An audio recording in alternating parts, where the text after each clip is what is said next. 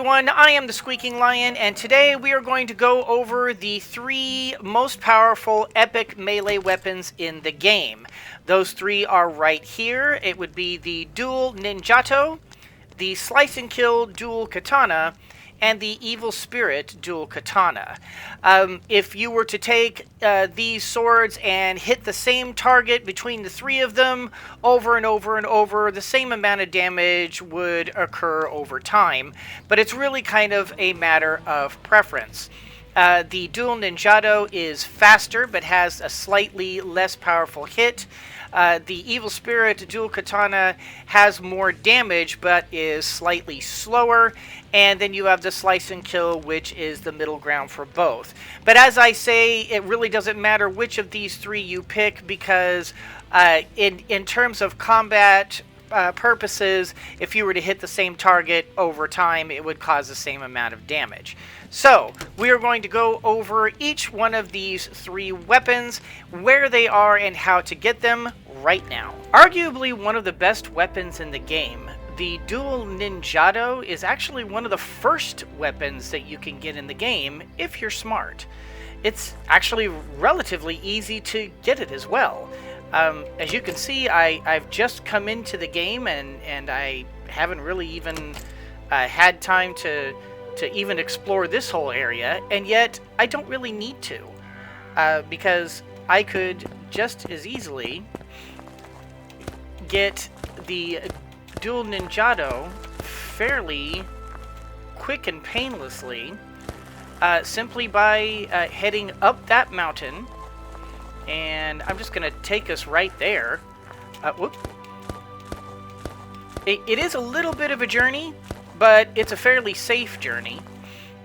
Now, as you can see, we've kind of come straight up this mountain, and we're heading straight over there. You can probably see it from here, but there's a house right over there, and that's where we're heading.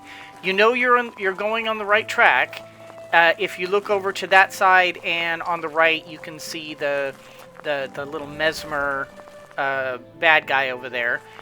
You can easily avoid them. You can make a straight line. And we're going to go over this way. Now, the one thing you will have to pay attention to is that this area is guarded. And it's guarded by kind of a big nasty guy too. So because I'm just coming into the game, I don't really have anything in the way of weapons. So this is going to be very interesting for me to try to be able to take this on. But if I wanted to, I don't actually even have to fight this. I can just run in and grab it, but, well, I suppose it's too late now. We'll go ahead and just fight this.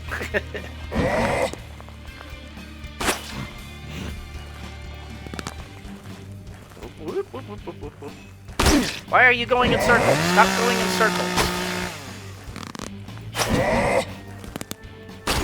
And one down. Whoop, missed. And whoop. He obviously takes a lot. Okay, so we're gonna do something sneaky here. I'm gonna grab my arrows off of him. Bet you didn't know you could do that, did you? Let me go ahead and grab up my arrows real quick, because there's still one more bad guy we have to fight. Let me go ahead and come up to the top. There's usually 3 bad guys up here. Sometimes there's 4. There he is. I was gonna say, but maybe we're gonna get lucky here. Take a swing. There you go. And take a swing. Alright. So that takes care of all 3 of the guardians. And as you can see, we are here at this rather lovely house here. It's kind of like a dojo, really. But you just come right on in. And here's the chest. And here is the dual Ninjago. Super simple and very powerful weapons in terms of both speed and also damage. It's damage 28, speed 1.6, which are incredibly fast, as you can see here. They can slice and dice pretty much everything that gets within that short range. And there you go. That's how you get the dual Ninjados before you really technically even start the game. Another 2 magical swords in this land of Kitsune's Den are actually right next to each other, and I'm about to show you where those are. As you can see, we're currently at the balloon. What you're going to want to do is point yourself almost directly west and slightly to the side, to the right of that W. And you're going to want to just make a straight beeline. Now, where we are going, this is going to be a little tricky to get to because, well, for one, you've got this big ravine area here that is easy. Whoops, sorry, the game's having a little trouble right now. Hello, stop pausing on me, please. But what you're going to want to do is keep heading in generally a west direction until you get into this area. Now, typically this area has several ninja spawners. I went ahead and cleaned them out for the purposes of this video. And you're going to go straight over to here. I'm just making sure that I did in fact clear out all the ninjas. But you're going to come in directly across to right here into this little dojo here. The first magic sword is going to be right over here. This is another Ninjato, which in this case it is the white Ninjato. And the other one is arguably the best sword in the game, the Slice and Kill Dual Katana. Arguably one of the most powerful epic melee weapons in the game is the Evil Spirit Dual Katana, and that is located here in Kitsune's Den. Here is the balloon. You go from the balloon here, and you travel along the path. And I'm going to show you the exact path that you're going to want to take to get there. Obviously, if you're more familiar with Kitsune's Den, you can cut through the area, but if you're not familiar with Kitsune's Den, then this will give you a more clear path to take, since you can just follow it straight to the Dragon's Cave itself. Once you're at the Dragon Cave, you will need to knock down these boards and proceed inside. Alright, I went ahead and broke down the barrier that was blocking the Dragon Cave, and for the purposes of this video, I've went ahead and cleared out the Dragon Cave of all the enemies. Do bear in mind that this cave is normally full of very dangerous enemies, and it can prove to be a real challenge if you're not properly prepared.